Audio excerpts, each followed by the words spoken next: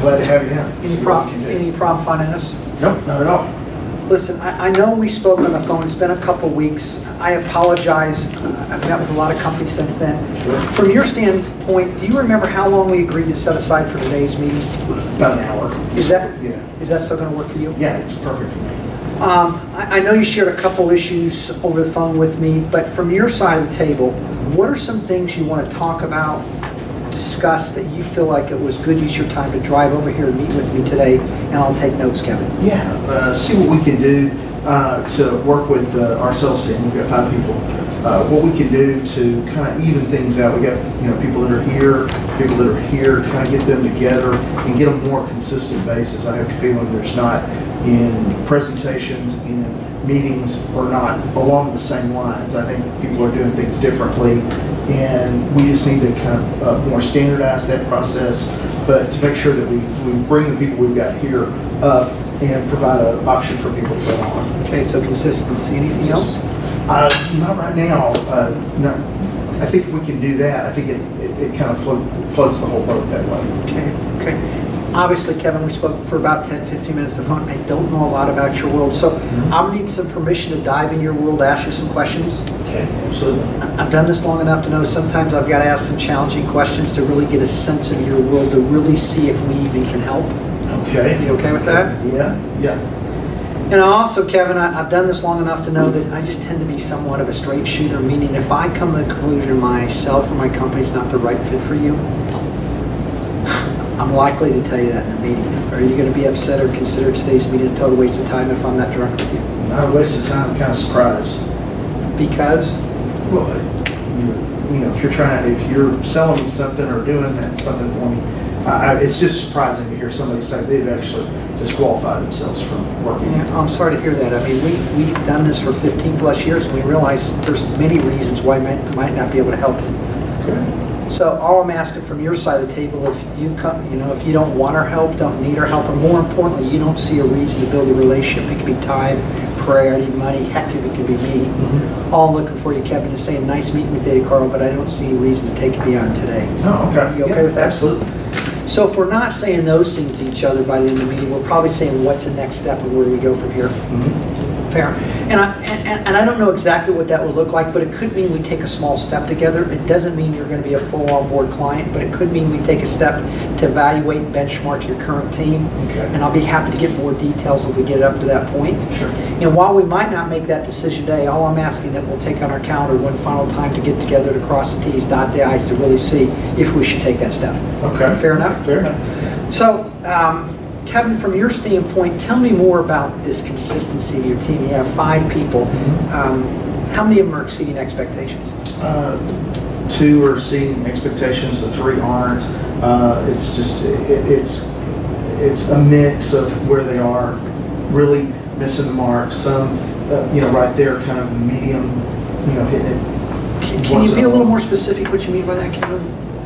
From missing the mark? Well, missing quota or missing whatever, the goals that we've set for them. That, some miss it bad, some miss it very close to what it is. Missing's missing, but there's room to work with that. So that's what, I don't want to leave the top producers I want to be able to give them something that's to grow on. Okay. On top of that. Okay. Can you take me back to maybe the most recent salesperson that hasn't hit their numbers and tell me about that? Yeah, I think it's just a lack of focus. I think it's the kind of thing of just a lot of activity but not hitting. Okay. And from your standpoint, how long has this been an issue? Probably the last quarter or so. Quarter. So not really a long time. Not a long time. So what up to this point have you done to try to address this? It's always the case that you ask and you try to provide as much help as you can. But obviously, I'm busy doing the things that I'm doing, and I probably let them down, not being as supportive and being there with them as I could. So from a standpoint, what have you tried? Just being there, being supportive, being another set of eyes. Any ideas to bring to the table to say, hey, have you tried this or have you done that? Good, and that's worked? Not well. I mean, it'll close one, might get them a little closer to 1 or 2, but not anything consistent. Anything else you tried up to this point? No, sure haven't.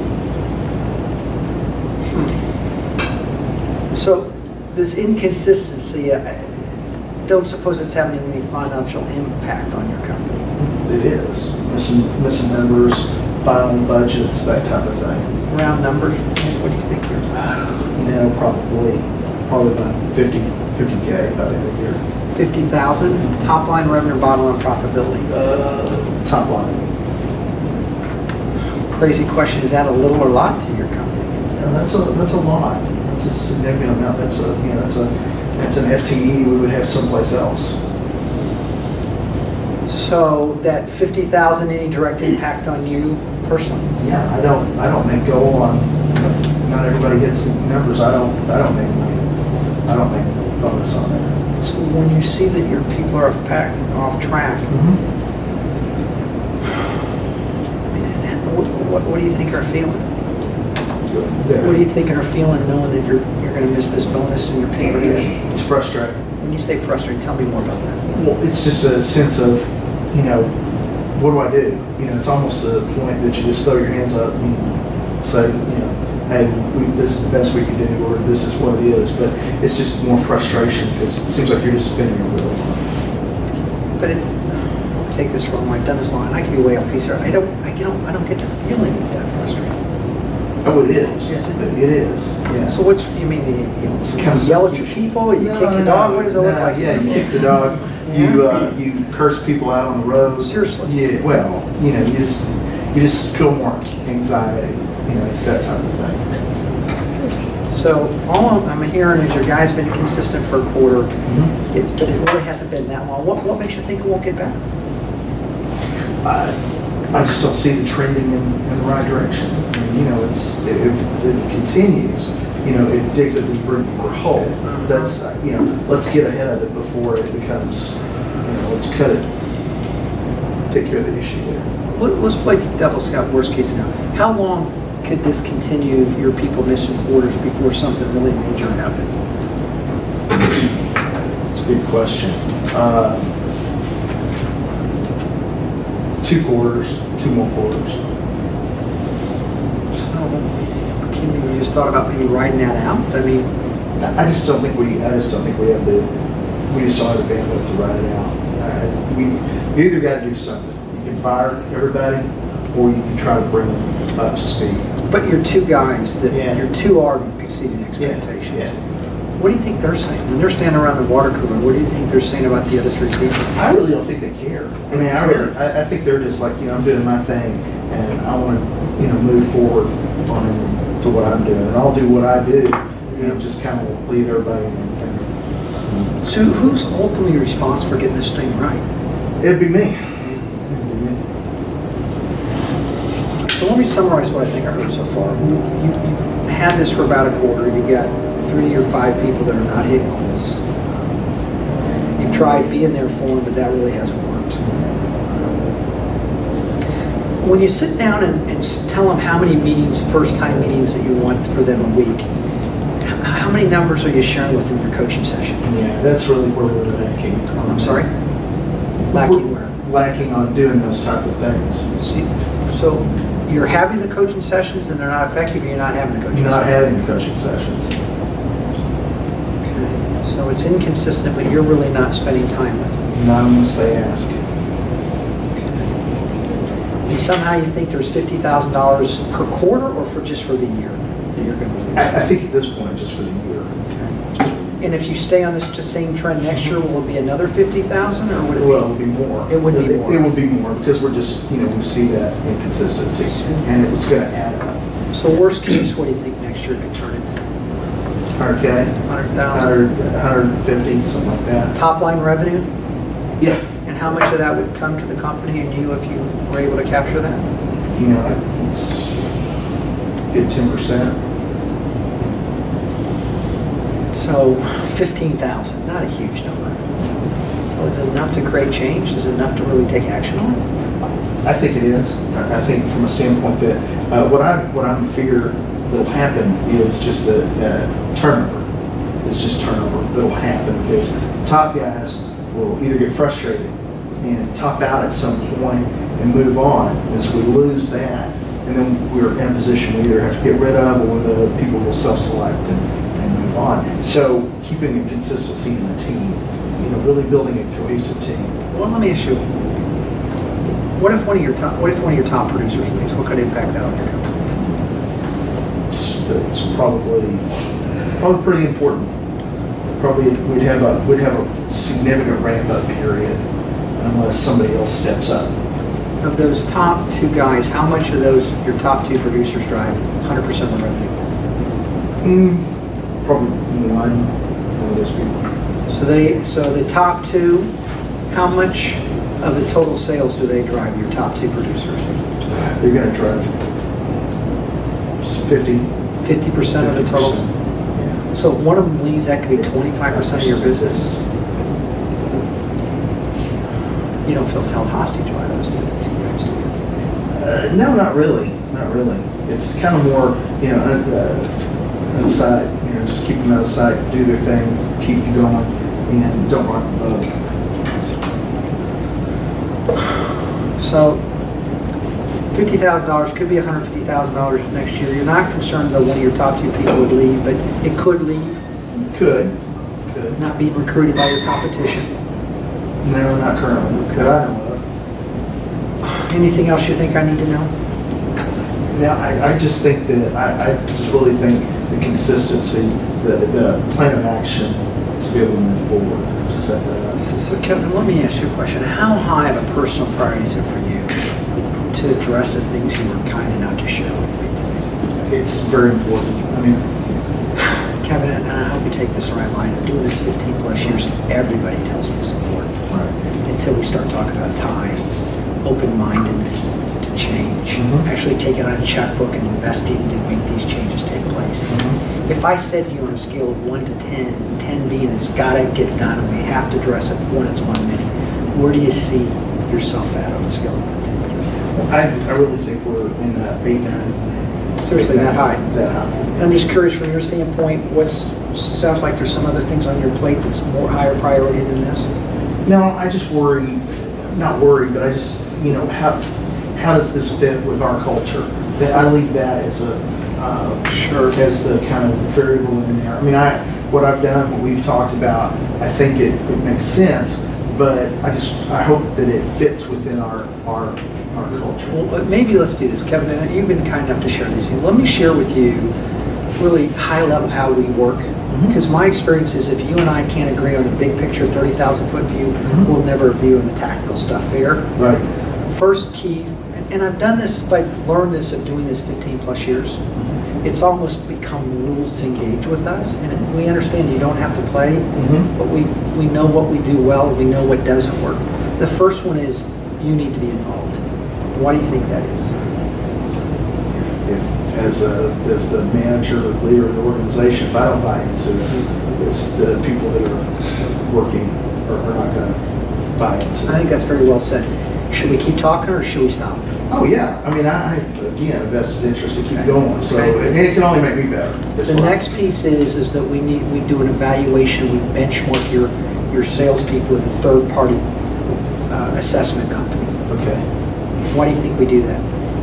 To get a picture of where they are, or what their style is, how they work. Absolutely. Also, we need to understand what their skill gaps are, weaknesses, and if you invested in would they even get better? Is that a deal killer, or should we keep? No, that's fine. Sure. It'd be interesting, actually. Okay. The next one is we're not in the quick fix business. We're not in the 2-day seminar. We're in the ongoing reinforcement business. Why do you think we do it that way?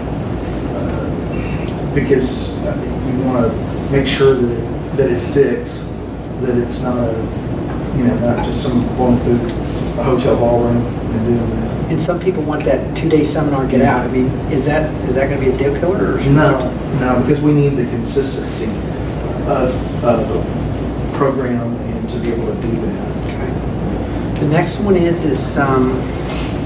we're about systems and playbooks. Okay. What do you think we're about systems and playbooks? Just to get references for people to use or be able to access. Not only that, we found to put the pressure on on the process, not on the people. But some people like people not having a process. Mhm. Is that something that would keep us from talking further? I don't think so. You sure? When you say you don't think so, what do you think? Well, no, I mean, it wouldn't. I mean, that's the thing. I don't, again, the 2-day seminar is not, it's a quick fix and you may see results, short-term results, but you probably won't see it long-term. So, yeah, that would be something I would expect. And here's the last one that probably disqualifies a lot of people. More about accountability. Okay. Meaning we hold our clients accountable. Why do you think we hold them accountable? To make sure your reputation stays intact, that you have a community to be able to do that. I think that's very well said. Not only do we want to make sure you hold us accountable to deliver on the things we agree upon, Right. but it's more important that you execute, your people execute, because we do have our 15-year reputation on the line. A lot of times at that point, people pull out because they're not comfortable writing a check and being held accountable. Well, if it needs to be fixed, then it has to happen. I mean, that's just the way I'm approaching this. So from your standpoint, are we still on the same page, that high level? Yeah, exactly. Usually what happens now is it's a good time to talk about finding out how to help you ROI the investment, meaning knowing that you've got a potential $200,000 out there. Have you thought about an investment in your company to help you go out and find this possible $300,000 that you could lose if you don't get it fixed? No. It's not uncommon. Most people have been No, doing that not 15 at all. years. So sitting back and looking, have you ever had a $300,000, $200,000 problem in the past with your company? Mm-hmm. When you sit down with your CFO, is he share with you how he determines how he looks at making investments and what kind of ROI he wants when he makes investments? Not a lot. No, I mean, it's very, very cursory. It's nothing in detail. And again, 15 years, I've had 2 companies I've had a budget set aside for dysfunctioning sales team, so it's not uncommon. Would it help if I give you some ranges from a standpoint? I can tell you, Yeah, absolutely. experience tells me, based on what you tell me, if we just tackled a small piece of that, not every move is coachable trainer, I don't see anything less being first year less than 25,000. In worst case, it could be as much as 75,000. Do you even see yourself, if it made sense to you, investing in that? Well, it makes sense to invest that. Is it available? Part of that is available. Part of that is available through other budget means. Okay, and again, only if it makes sense. Not even says we should work together yet, but Yeah. obviously if the funds aren't there and we understand companies that, Yeah. we unfortunately aren't a nonprofit. Yeah. Yeah. Let me ask you this, could you see your people being out of the office, working with us if it made sense? Whatever we need to be committed. That's That's a key word, I'm glad you said that. That's the key, is we gotta be committed. We can't kind of walk through it. Yeah. But yeah, I could. And then the last one is resources. We're going to be able to spend time, work with you, resources to be able to take this piece, time, your people, making sure you have the right people. Based on what you've heard at this point, do you feel like we're on the same page after this point? I think we are. I really believe that what you said is honest and understandable, and it's like, let's tear the Band-Aid off and do something. And Kevin, I guess here's my biggest fear. And again, these are just feelings. I could be way off base here, Sure. but sometimes I've done this long enough that I'm just worried that some people are just agreeing with me, but aren't 100% bought in with what I'm saying at this point. Okay. Yeah, it's either we find something or something that doesn't work and the whole organization changes. So, and just the recommendations that I've gotten, I wouldn't be sitting here talking to you if I didn't think that there was something we could do there. Okay. Let's change, and I guess from a standpoint of how do you go about knowing that you've got a 200,000 potential decision maker? Walk me through your timeline, decision-making process when you look at making that type of investment. Is there a timeline, if it made sense to you, of when you wanted to get started? Well, I would like to get started preferably before the end of the year, to set the foundation going into 2015, to be able to do that. Decision making, we would obviously have to, I would need you to meet with our CFO and our CEO to be able to, with my recommendation that we move forward with Okay. that. Let's back up. So hypothetically, let's pretend we missed January new start date. Any complications if we missed that? Well, Or is that a drop, that's a date you really want to get see, I something think in it's, place? I think it's going to be a drop dead date, because if we push it any further, you're into February, then March, and your first quarter behind, and Okay. that kind of thing happens. Be happy to meet with your CFO, it's not uncommon, CEO, but I'm doing this 15 plus years, you know what I find? What happens if you're all not on the same page? Well, we've already had the discussion that we need to do something like that. There's going to be an expenditure. It's a matter of where that expenditure falls. We know it's going to be a significant expenditure. It's not going to be $199 to do something like that. So the groundwork's already laid, just presenting the right situation. From your management style, when you work with your executive team, do you all have to be on the same page before you move forward, or is there times you're not all in the ultimate decision maker, you make the decision if you feel it's best for you? Yeah, no, not everybody's, we don't all have to check all the right boxes. You know. And everybody's in Dallas here? Mhm. Can I make a suggestion? Sure. Let's do this. Let's get a meeting with, and let me meet with your CFO, Okay. and let me talk to him one-on-one. Okay. Anybody else that you feel like we need to meet with? I think the CFO is going to be the key for that. And I think based on how we go, then from there, you and I can then meet and Okay. talk about a next step, or if we should have a next step based on how the conversation goes with the CFO. Okay. Fair enough? Sure. From your standpoint, Kevin, you feel like we've hit your objectives? Absolutely. Yeah. I feel comfortable with what we've discussed. Shouldn't be comfortable just yet, because if we work together, we're gonna. But Yeah, and the deficit's not taken care of yet either. I got it. Appreciate you coming. Yeah, no problem.